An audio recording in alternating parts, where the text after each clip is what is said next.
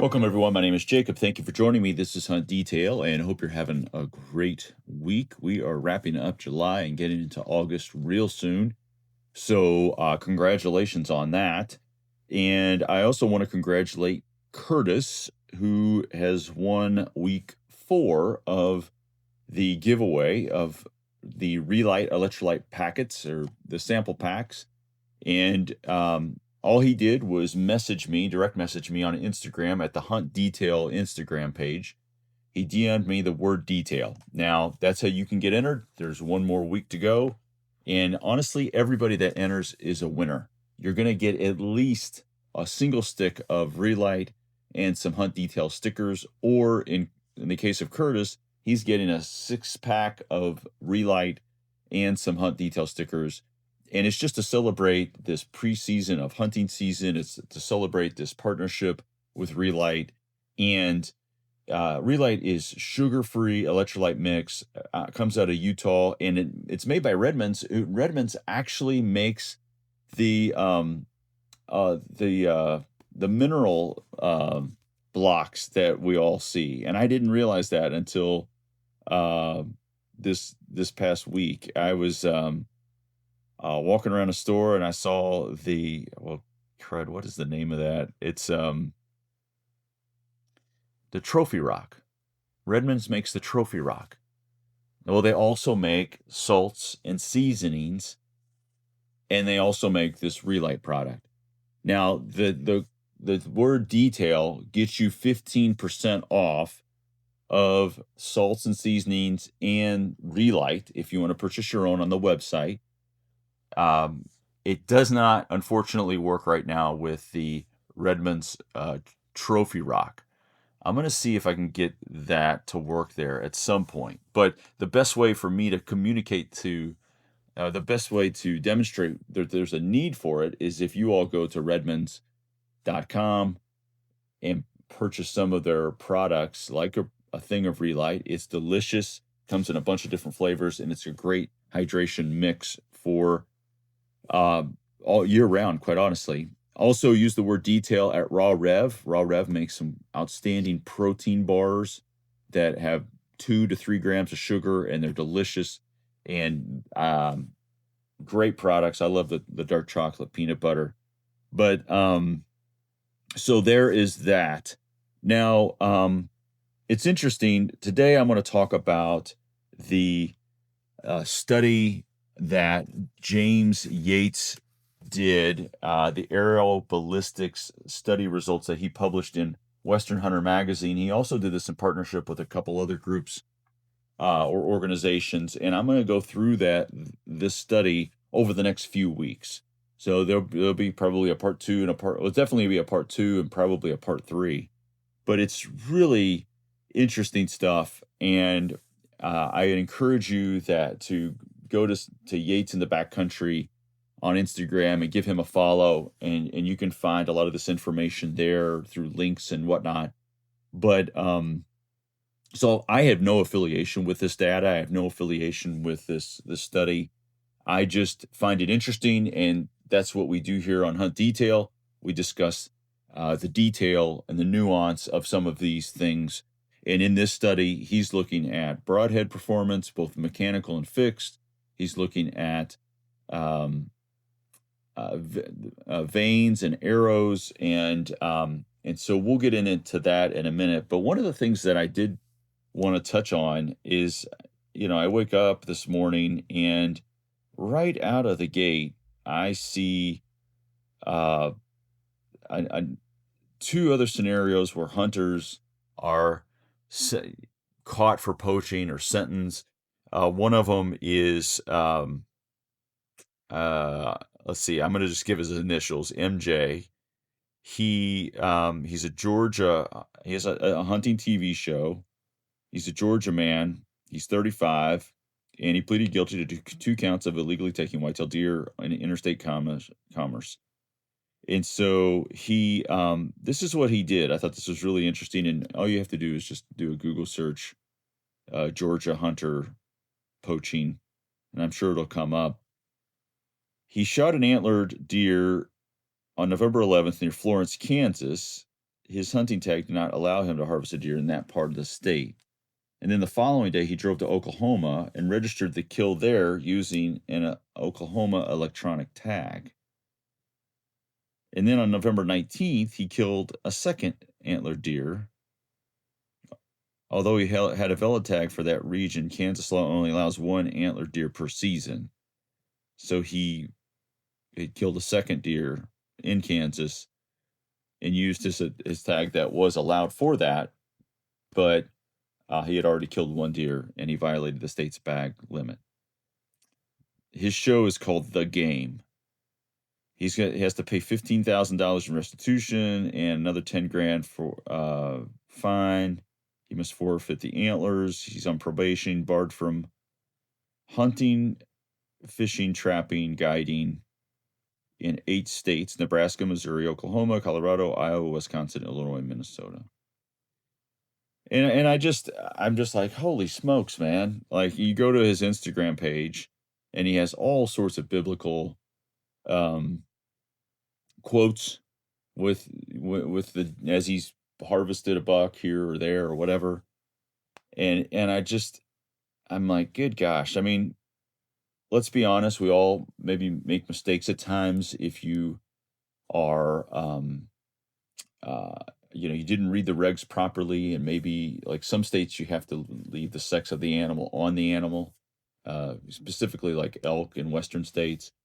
That's one of those nuances. I know in Colorado you can't have anything electronic on your bow, and that would include a light, I believe. I read that properly when I went to Colorado last year, so I had to make sure I didn't have a light, and I took that out and off. And there's a lot of things, a lot of nuance with hunting regs that's really important that we stay up on.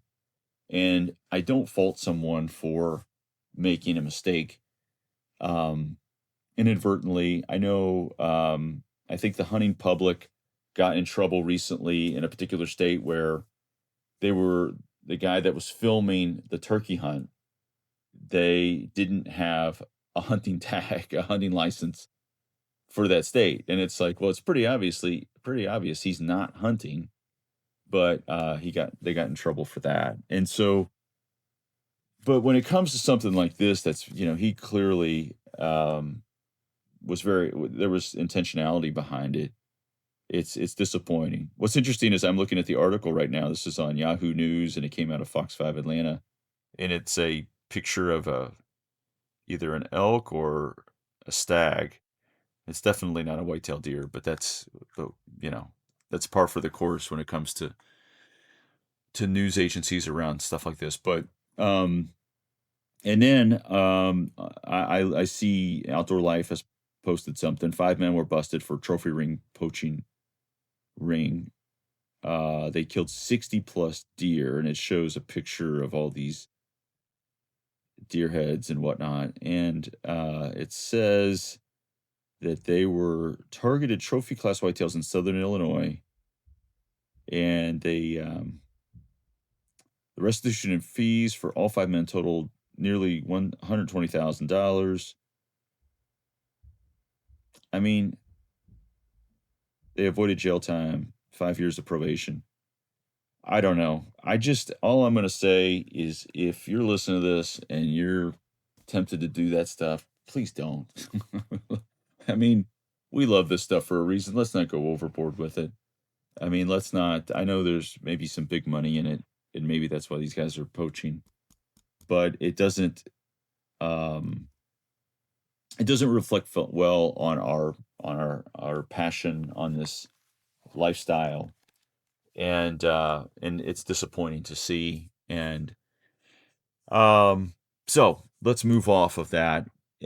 So James Yates is, I believe, the editor for Western Hunter Magazine, and he wanted to answer some questions that I think we all have as it relates to, or a lot of us have as it relates to arrow performance. And it was, what vane shape is most effective, what vane quantity, like 4 versus 3 vanes, mechanical broadheads versus fixed, how different is the flight affected, which broadheads are more aerodynamic, which broadheads are more accurate, which vanes control the broadheads better or the most? Is there a difference really between a 4 millimeter shaft and say a 5 millimeter shaft? What about vane noise and specifically as perceived by deer? And so I was really interested in this. And it again, he was sharing some of the information a couple weeks ago, and then recently he put a lot more of it out there. And I'm sure there's more that that could come out of it. But and I'm going to go through the highlights of it. I would encourage you to go to follow him, and then you can look through the research yourself as well.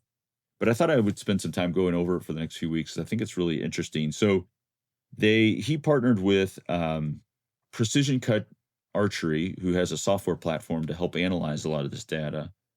Easton Archery, who they have a pneumatic shooting machine, and obviously when you have something of that nature, it removes the human variance.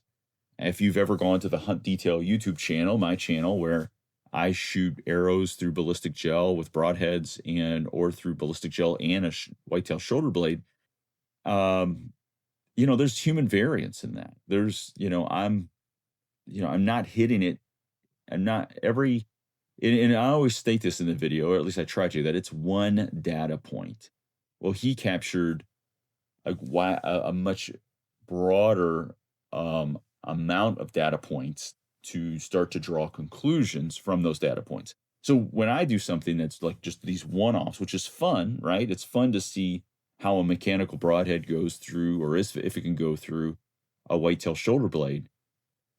But is it it's one data point, and it's at a particular angle. It's straight on. It's not at like if I was in a tree stand shooting down at that angle, obviously the results would be quite different.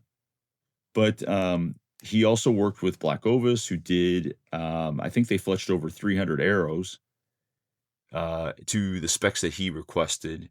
And then Archery Sound Lab was a organization that helped capture the noise that the vanes created, each setup created. And there were clear winners as it relates to the vane quietness. And so today I thought I would go through some of the broadhead data. The baseline setup that he was using, it was a Hoyt Alpha AX2 29. And by the way, they purchased all of these materials and products. So it wasn't like Hoyt donated the bow. He used the Hoyt on his own accord. It was a 27-inch arrow, a 28-inch draw, a 70-pound draw. A lot of the shots were at 60 yards. Now, they did record data at a half yard and at 30 yards and then at 60 yards. The bow was shooting at 287 feet per second. And the baseline arrow was a 5 millimeter Easton Axis, and it had a 2-degree offset, right helical, and they were using 3 AAE max stealth. When it comes to some of this data regarding just the broadheads, that was the setup. Now, at least to my understanding. Now, he did obviously change those arrows around to different setups with, 4 fletchings and different offsets and different size arrows. And so there's a million different ways you can take it. And one of the, some of the things that he says that, he didn't want to bash. He didn't want to make this about bashing certain manufacturers, but what he wanted to do was, get some of these questions answered. And so really a secondary endpoint was some of this broadhead data. I mentioned some of the primary things, the answers, but I think, some of the secondarily, this is some of the data that came out around the broadhead. So let's start with the fixed broadheads. Now, if he did shoot, they shot several different field tips. So it wasn't just one field tip. I think it was 5 different field tips. In fact, I'm looking at it right now, like a Easton Match field point, a Gold Tip Easy Pull field point, Saunders combo, field point. And these were all, just so you know, all the broadhead data is based on a 100-grain broadhead. Personally, I shoot 125, but the field points, their grouping was, I think, around a 2-inch grouping. Or I think the average with the field points might have been 2.5 inches. So with the fixed blades, there was one fixed blade broadhead that had a 3-inch group. And this is at 60 yards. So I know for some of us, it's not, we're not shooting whitetail. Maybe we're shooting an elk at 60. The only time I would shoot at a whitetail at 60 would probably be a follow-up shot. I don't imagine that I would do something, even if he was unalert. I just don't think I would take that shot because we all know how wired they are. But 3-inch group, the Evolution Jackal. Evolution is a company that's been making a lot more noise around the broadhead market. Now, from the 5.5 to 6-inch groups at 60 yards, the Slick Trick Standard, the Grim Reaper Micro Hades, and then the 6.5 or larger grouping, and this is the last group, so there are really 3 groups, is the Magnus Stinger 2-blade, and then you have 4 different iron wheel broadheads: the solid, the vented, the single bevel, and the wide. And then the Exodus broadhead, which I'm a huge fan of, and the Muzzy Trocar. So really, if you're, at these longer range, it's very clear that there's a lot of variance with fixed blade broadheads. I mean, just looking at that last grouping, that's 6.5 inches of variance or larger, and that's coming out of a pneumatic shooting machine. So let's talk about the mechanical broadheads. And so there were about 11 fixed broadheads, and I think I covered off on all of them. There were 10 mechanical broadheads. So let's talk about those. There were 6 arrows per broadhead. So it wasn't just a sort of a one arrow data point like we've talked about. And there were 2 rounds, and again, it was with the baseline arrow build. So the mechanicals, let's go worst to first here. So 4 to 5-inch groups. This kind of hurts my heart, honestly. The Mega Meat, 4 to 5-inch groups with the Mega Meat in terms of variance there. I love the Mega Meat. Killed a nice buck at 30 yards with that last year. Rage Hypodermic Trypan. Evolution Outdoors, the Hyde broadhead had wide range of groups. The G5 T2, which is one of the broadheads I tested, the mechanical broadheads I tested recently, and you can see that video where I'm shooting through a shoulder blade. It fell into that third group of 4 to 5 inches in terms of variance. Now looking at group 2, we're moving up to 3 to 3.5 inch groups. You had the Beast, and then you have the Sever 1.5 hybrid. So, not a bad place to be. I mentioned that the field points had a variance of about 2.5 inches on average. So these are 3 to 3.5. So the Beast and Sever hybrid 1.5, not so bad. But there is a group that was the same as the average of the field tips, and that's the Schwacker 261, the Sever 1.5. So this would be just the straight Sever, not the hybrid, the Sever 2.0, and then the Thorn Rift, which I've been aware of the Thorn for a while now. It's, I think what it is it has sort of a plunger on the top, and when it makes impact, the blades come out, and they're sort of inside the broadhead until impact. So I'm actually on the Thorn website right now, and I see the Thorn Rift. Okay, Yeah. That's exactly what it is. And so it it did really well. It looks like a field tip, honestly, while it's in the air, and then you have the blades that pop out. So I've never shot the thorns. It may be something that I take a look at in future stuff on the Hunt Detail YouTube channel. I might do it just for the sake of, let's see how it does punching through a shoulder blade. So ultimately, what I would say is, um, it's very clear that the mechanicals have an advantage over the fixed blade broadheads, especially when it goes at the longer distances.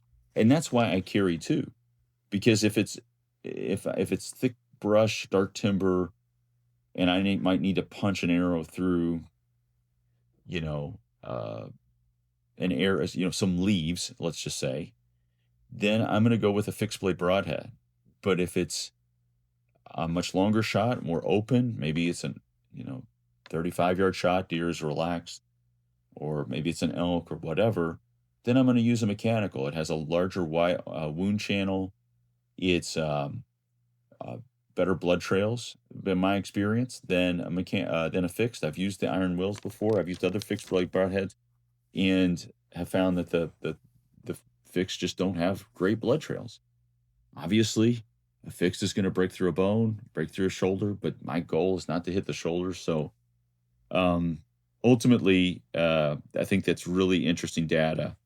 Now, I will touch on one more piece of data, and then next week we're going to go over the aerodynamics of the broadheads, and they're really looking at the drag that is caused by the broadhead. So if you think about it, if a broadhead, as it's flying through the air, the more prominent it is, the more drag it's going to have, and the more drag it has, the more the more impact it's going to have on the speed of the arrow. So we'll look at the aerodynamics of the broadheads and the rankings there. But one of the additional data points I'll share, and then in future ones, we're going to go over the vanes and the different arrow setups and broadhead displacement with the vanes. But one of the things that they did was they took the bow and they put it out of tune, and they used an iron will wide. So an iron will wide is a huge broadhead, and they're shooting it, I believe, again at 60 yards. And they wanted to see which fletching configuration controlled that broadhead the best. And so the average, I can't remember how many vane setups they did, but I'm going to say it was close to 30. So in the very middle, they take all the ranges there. They take all that data, and the baseline or the average would be your 0. So the average, let's say, that broadhead moved, on average 5 inches because of the out of tune and because of the steering of the broadhead, because it's so big. That average, even though it might have been off, it's not 0. It's going to be like, say, 5 inches or whatever. That average was the boning blazer, which are at the straight alignment. Now, there's no offset degree there. And so that was, I think that represented 6.3 inches of drift. But that was the average drift. So therefore, that was anything worse than that or better than that then got ranked accordingly. So the best was the AAE Air Razor Talon, the AAE Hybrid, and then the Boning Blazer. And the AAE, the first two had a 2-degree offset. The third one, the Boning Blazer, had a 4 to 5 degree offset. But all of these were three vanes. So it didn't seem like the 4 vane setup did any better in terms of controlling that broadhead flight based on this data. And now there was a lot of 3 vane setups, and there were some that were the worst, and that was the Flex Fletch FFP, the AE Max 2.0 and the AE Max 2.3. And, but I think it's interesting from a vane standpoint. I think a lot of times I hear people talking about even five vanes, or definitely four vanes, to sort of control that arrow and stabilize it. But I don't even think that piece of data is the most compelling data when it comes to the vanes, because I really do think next week we'll talk about the quiet, the noise that some of the vanes cause or don't cause. And then we'll look again at some of that broadhead aerodynamics. But that's it for today. I really appreciate your time and your help and your support. Please go to the Hunt Detail YouTube channel, check out some of the data that we get there on different products, not only broadheads, but looking at trail cams and climbing sticks and saddles.